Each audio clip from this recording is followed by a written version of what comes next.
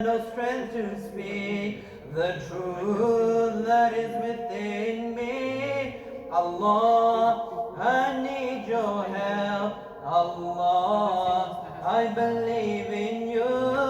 Allah, forgive me and bless me with your mercy. Allah, Allah, Allah.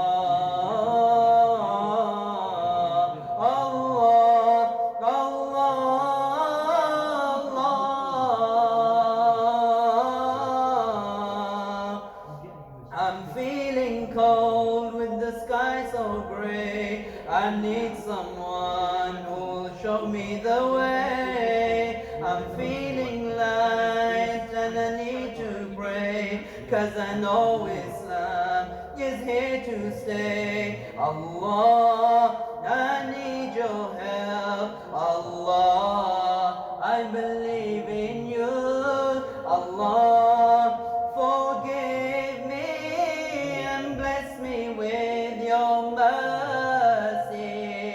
Allah, Allah, Allah,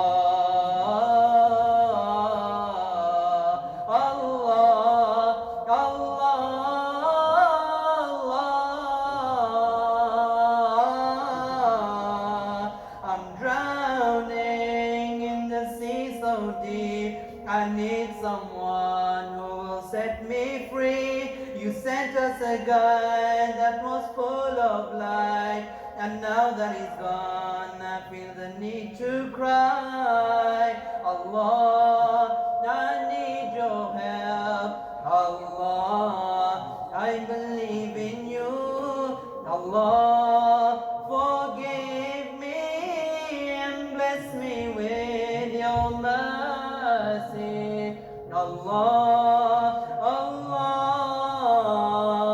Allah,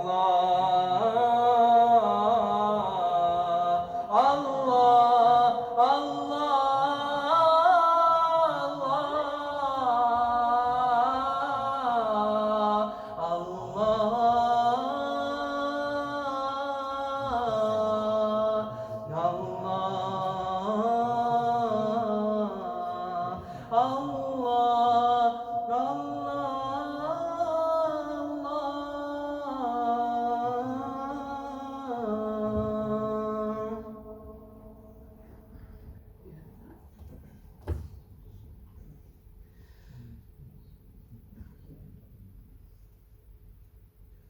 La ilaha illallah Allah Allah Muhammad Rasulullah ya Maulana. La ilaha illallah Allah Muhammad Rasulullah ya إن في الجنة نهرا من لبن. إن في الجنة نهرا من لبن لعلي وحسين وحسن. لعلي وحسين وحسن. لا إله إلا الله الله محمد رسول الله يا مولانا. كل من كان محبا لحمه. كل من كان محبا يدخل الجنة من غير حزن. يدخل الجنة من غير حزن. لا إله إلا الله الله محمد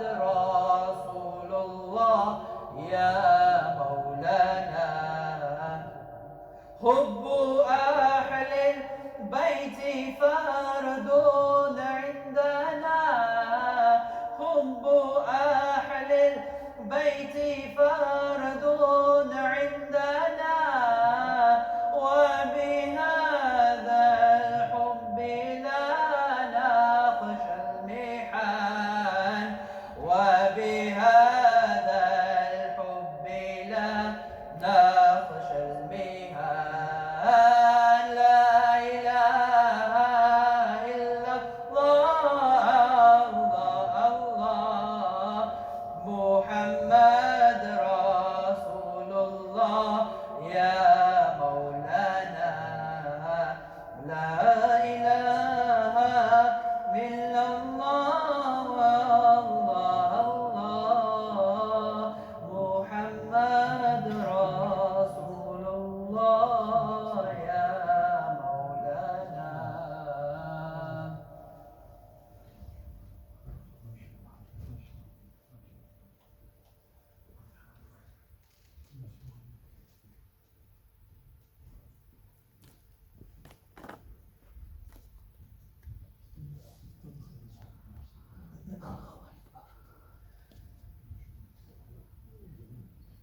قد كفاني علم ربي من سؤالي واختياري، فدعائي وابتهالي شاهد لي بافتقاري. قد كفاني علم ربي من سؤالي واختياري، فدعائي وابتهالي شاهد لي بافتقاري. فلهذا السر أدعو في يساري وعساري، فلهذا السر أدعو في يساري وعساري.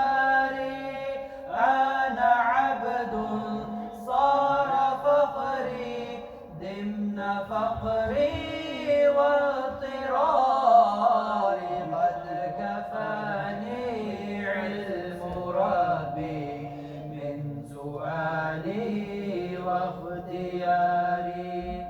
يا إلهي ومليكي أنت تعلم كيف حالي، يا إلهي ومليكي أنت تعلم كيف حالي، وبما قد حل قلبي من هموم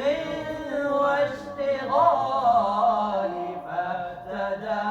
فتداركني بلطف منك يا مولى الموالي. يا كريم الوجه غثني قبل أن يفنى اصطباري، قد كفاني علم ربي من سؤالي واختياري.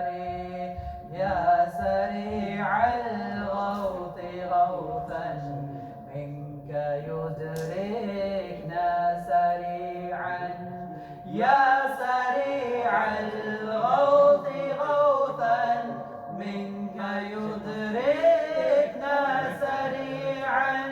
يهزم العسر ويأتي بالذي نرجو جميعا، يا قريبا يا مجيبا يا عليما يا سميعا.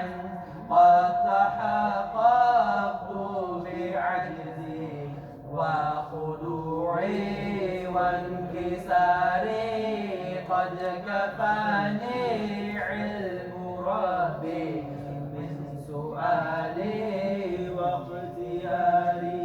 لم أزل بالباب وقف فارحم الرب وقوفي لم أزل بالباب وقف فارحم الرب وقوفي وبوادي الفضل عاقف فادم ربي عقوفي ولحسن الظن لازم فهو خلي وحليفي وأنيسي وجليسي طول ليلي ونهاري قد كفاني علم ربي من سؤالي واختياري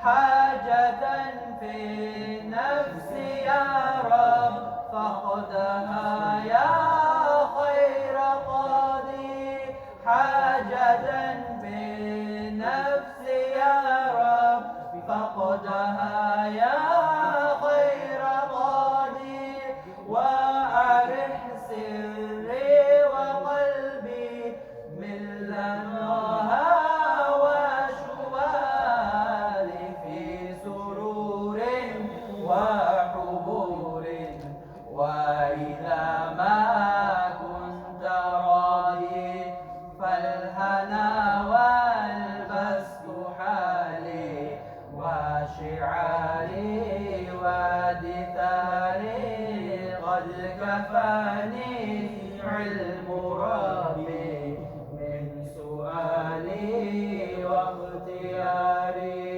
فدعائي وابتهالي شاهد لي بافتقاري شاهد لي بافتقاري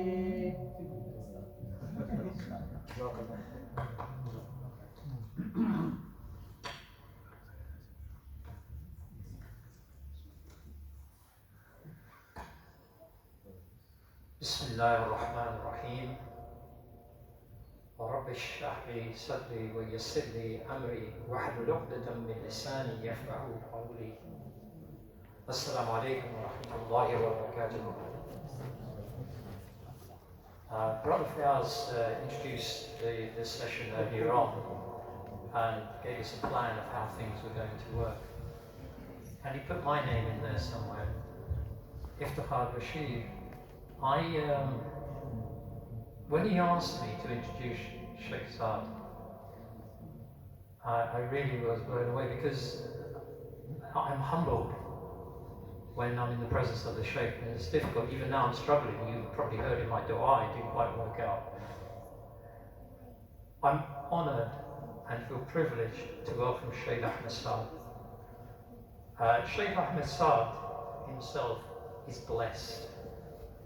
He's blessed because his lineage goes back to our beloved Prophet sallallahu alaihi wasallam. And this is through his grandson, Al-Hasan ibn Ali radiyallahu anhu.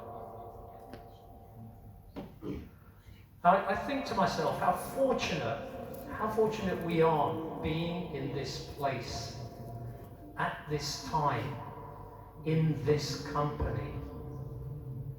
Time, place, company. If we really think about it, Allah subhanahu wa ta'ala chose for us to be here, sitting with a descendant of his beloved and our beloved. I'm just going to stop for a moment, because what I just said there, I'm not sure how many people actually took that on board. We are so blessed right at this moment. Allah has chosen us to be in this place at this time, in this space, with a descendant of the Prophet sallallahu alaihi wasallam. We should savor this. I don't intend to go through a long biography, as I know the Shaykh is a humble man and so I'm going to keep the introduction very short. But I will give the following pointers so we can appreciate the tradition of our teacher. Sheikh Saad memorized the Quran aged 10 at the hands of his father, Hafizullah, and his first khutbah he delivered when he was aged 15, and led the first prayer at the age of 13. When I look at the brothers sitting there, some of them barely 13, and some at 15. So think about that for a moment. He is a graduate of the world famous Al-Azhar. I've had the pleasure of being at Al-Azhar and gazing at the walls, but that's about it. Our teacher has studied within those walls with the mashayikh. He's been spreading traditional Islamic knowledge and doing da'wah work across the world, including, amazingly, places like Argentina and Australia and Uruguay, of all places. Maybe the Sheikh could tell us where in Uruguay does he find the Muslims? Alhamdulillah, I know they're spread throughout the world, but we'll come to that inshallah. I'll ask you in a minute. Sheikh Saad had studied the traditional Islamic sciences at the hands of senior scholars. He, mashallah, has a phenomenal thirst for acquiring and memorizing traditional sacred knowledge.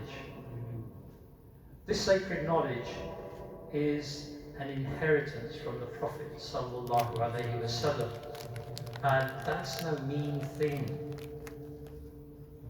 So again, we should count ourselves as being from the fortunate few in this place, at this time, being taught sacred knowledge by one whose lineage goes back to the best of creation, sallallahu alaihi wasallam. The benefits of sitting at the feet of and learning from scholars of Ahl Sunnah can't be overemphasized, and in a nutshell, it equips us for every aspect and challenge in life. Knowledge can't be gained from reading books in isolation. Knowledge resides in the breasts and hearts of men, and I say women as well. We only truly benefit when we sit at the feet of and in the company of scholars such as our teacher, Sheikh Saad. I just want to, please permit me, to share with you a personal example of how I have benefited from our teacher. Years ago, I read the Shama'il. Many of you are familiar with the Shama'il. I read the Shama'il, and some chapters I felt compelled to go back and read again and again. Something drew me, and I thought, wow. Then we invited Sheikh Saad to Aylesbury. Yes, you guessed it, to teach the Shama'il. It was then that I really thought, wow. And again, completely different experience. Completely different experience. So what was different? Because we had the same text, so couldn't understand that difference. But when we really cut down to the chase, the difference was made by the teacher. The teacher made the words which have been passed down as an oral, then a written and oral tradition over 1400 years. The teacher made and can make words unlock unreceptive senses. The hairs on the back of the neck can stand on end. And then you get eyes that begin to well. We are drawn to this, inshallah. Some of us find learning difficult, and the traditional Islamic science even more so. However, our teacher has a way of making it easier. If we still find it difficult, take it from me. Just being in the company of personalities such as our teacher and other shuyukh can transform a person's outlook and behaviors for the better, as behaviors are often copied. So to wrap up my introduction, we should be grateful to Allah subhanahu wa ta'ala that we have Sheikh Saad living close by. Yes, Birmingham is close by. There are few Sunni scholars in the UK of his calibre who speak fluent, eloquent English and can deliver in a simple to understand way. So what I would do is firstly encourage myself and others to learn at the hands of our Sunni scholars and not from Sheikh Google, etc., etc., where we don't know what we are getting, what charlatan might be at the other end. May Allah subhanahu wa ta'ala benefit us in this dars, and may He reward Ustad Kamran with this also. Sheikh Saad, if I've forgotten to say something, if I've said something in error, please forgive me. And what, as I said earlier on, we're going to do is to have 45-minute sessions, inshallah, with a 15-minute break, so that we can stretch our legs, etc., etc., get blood circulating again, ready for the next session, and then finish at 6 o'clock. There will be a dua, and then after that, inshallah, Salat al-Asr, I think, at 7 So we'll o'clock. do dua and Surah Yasin. Yeah, so there'll be a recitation of Surah Yasin, which the Shaykh will do, and we finish with a dua, and then Asr and food, inshallah. Bismillah. Yes. What's the population of Muslims in Uruguay? Oh, what's the population of Muslims in Uruguay? That's a long story. Allah will possibly mention later on. بسم الله الرحمن الرحيم الحمد لله رب العالمين وصلى الله على سيدنا محمد وعلى آله وصحبه وسلم تسليما كثيرا لله الدين. Alhamdulillah, I'm really pleased for coming back to Slav to teach this topic, and I think this is going to be like an ongoing project. 3 years ago, was it 3 years ago that I came to talk about the 99 names of Allah subhanahu wa ta'ala. It's a topic that people always love to hear something about. And 3 years ago I decided to turn a very old presentation into this presentation, as you can see, and build on it. So every year I don't have to do much work. That's how lazy I am. So I had to go back to the same presentation, just add a few names that the brothers and the sisters suggest, like talk about this year. So add a few slides, and in the first slide, as you will see, I'll tell you how many names have we finished so far. So possibly over the coming few years we will be covering the 99 names. Allahu A'lam. But I want to first start by something, but the first slide that I taught a couple of years ago, to remind ourselves of why do we need to study this topic? Why is it important to study the names of Allah subhanahu wa ta'ala? It is something that I would say, in full honesty, that's not knowledge, right? That's not knowledge. I find it difficult in the UK when people, for example, teach very simple topics. So often say this is knowledge. Knowledge, tasawwuf is not knowledge. I mean, like, we never studied tasawwuf in Azhar. That's not something that they teach in curriculum. Why? Because this is something that you're supposed to read with teachers outside the curriculum. But something that you have to sit with a teacher and he unlocks every single tiny thing for you, these are very boring topics, I promise. Things like studying logic, something called ilm al-wad', people possibly haven't heard about that, something called dialectics, philosophy, and all of these, usul al-fiqh and fiqh, these are the hard topics that make your mind strenuous, and you have to exert effort to unlock one sentence. And without exaggeration, that's not exaggeration, you can spend a whole month attending a session every day of an hour, I'm talking about 30 hours, just to discuss one sentence. That's no exaggeration, and the in-depth of that is amazing. But this topic is kind of a snacks topic. You know, when you have snacks, when you have already had your meal, this is a snacks topic. This is something to soften our hearts. So I don't feel that I'm in an educative session. I'm more on a reflective journey to share some of the thoughts that we have. But why is it that people feel interested in looking at the names of Allah subhanahu wa ta'ala? First of all, the names of Allah subhanahu wa ta'ala, if we talk from from a very theological perspective. We cannot visualize Allah subhanahu wa ta'ala. Our Lord subhanahu wa ta'ala is transcendent. He is not like anything and nothing is like unto him. So you can't think of him in terms of visuality, you can't think of him in terms of sensuality, you can't think of him in a sensual way, you can't think of him in a visual way, you can't think of his actions, you can't understand the actions of God, you can't understand the entity of God. The only thing that you can do is you can have a glimpse of the attributes of God.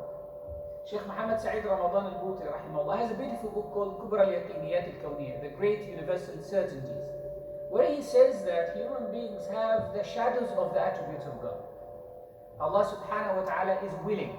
He has a sifa, an attribute called al-irada, that God has a will. He does whatever he wants, at the time he wants, in the way he wants. There is no other creation, there is no other creature in this universe that has a will except human beings, right? Someone might say, but a donkey has a will. No, it doesn't. All other beings are driven by instinct, driven by primordial need. When they need to procreate, when they need to eat, when they need to sleep, and we as human beings, we have that as well.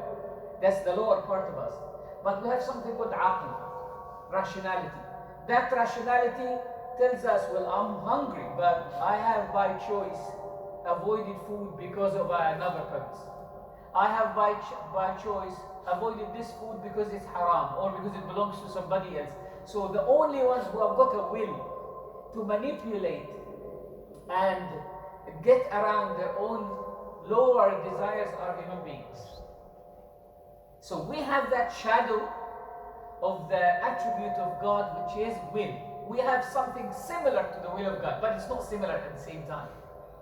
We have Allah subhanahu wa ta'ala has power, isn't it? The power that is unfathomable. Like you cannot fathom it, you cannot conceptualize it. And as human beings, we have power as well, not just physical power. Other animals have physical power. They have a power of planning, but they have not encompassed these three powers at the same time. But human beings do.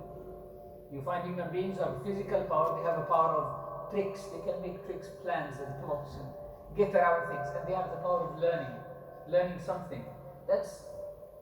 So when we say that we cannot visualize God, we cannot encompass God, but we cannot understand the actions of God, but the only thing that we can do is try to understand the attributes of God.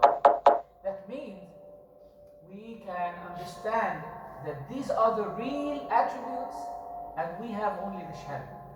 If we understand that we only have the shadow, we'll be humble. But if we, by mistake, at one moment of heedlessness, think that what is the shadow is actually the original, then that's a disaster. So if we think that our will is the full will, then we think we are in control of this universe, so why is the universe not working our way? But it's only by putting your attribute in comparison to his attribute that you will understand the size of your attribute and you will understand the limitations of your attribute, and then you will start developing your attribute. A lot of people have the shadow of the attribute, but as I said, by mistake they think that this is the original.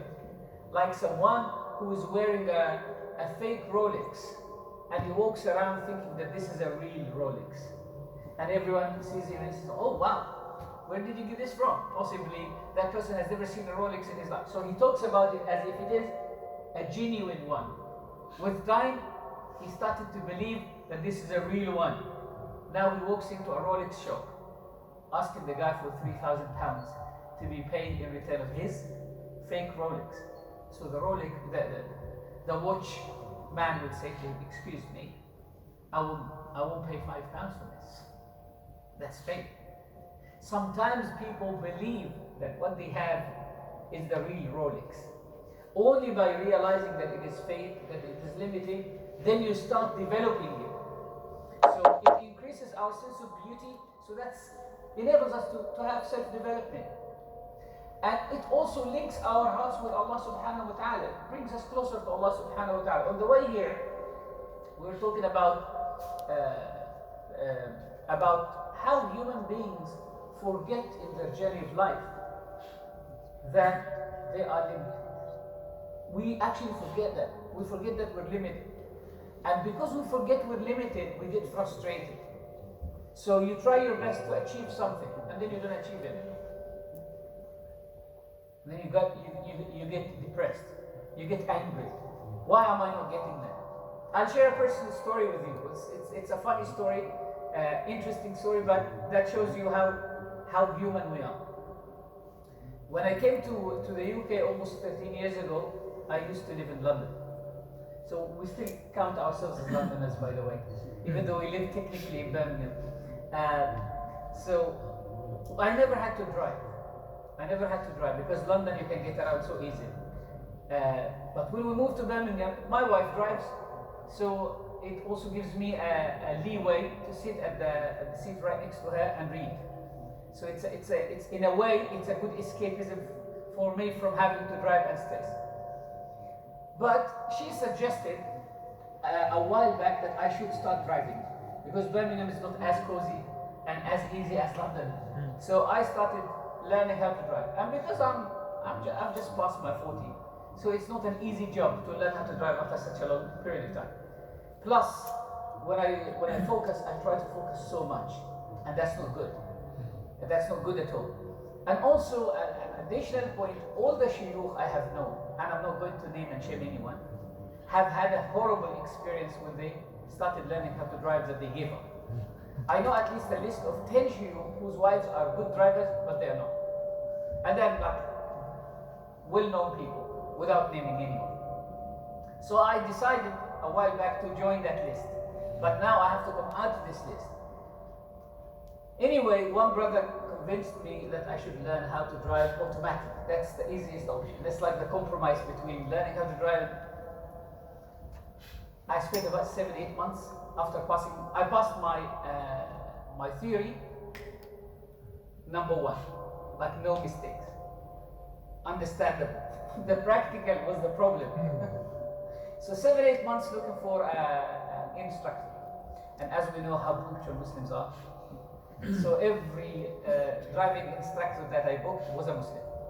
Even when I gave up in the end because they didn't show up, and I went to rig driving school, they took me to a driving instructor who ended actually being a Muslim, and he cancelled the first 3 sessions. So I decided to give up in the end. Finally, after Salat al-Jum'ah, I found the driving instructor parked his car in front of my house. So I took a picture of it and I called him. I got in touch with him. We technically spent with each other, we started in September, right? So September till January, I passed in January. That's 4 months. To learn how to drive like technically from scratch in 4 months, that's not bad at all.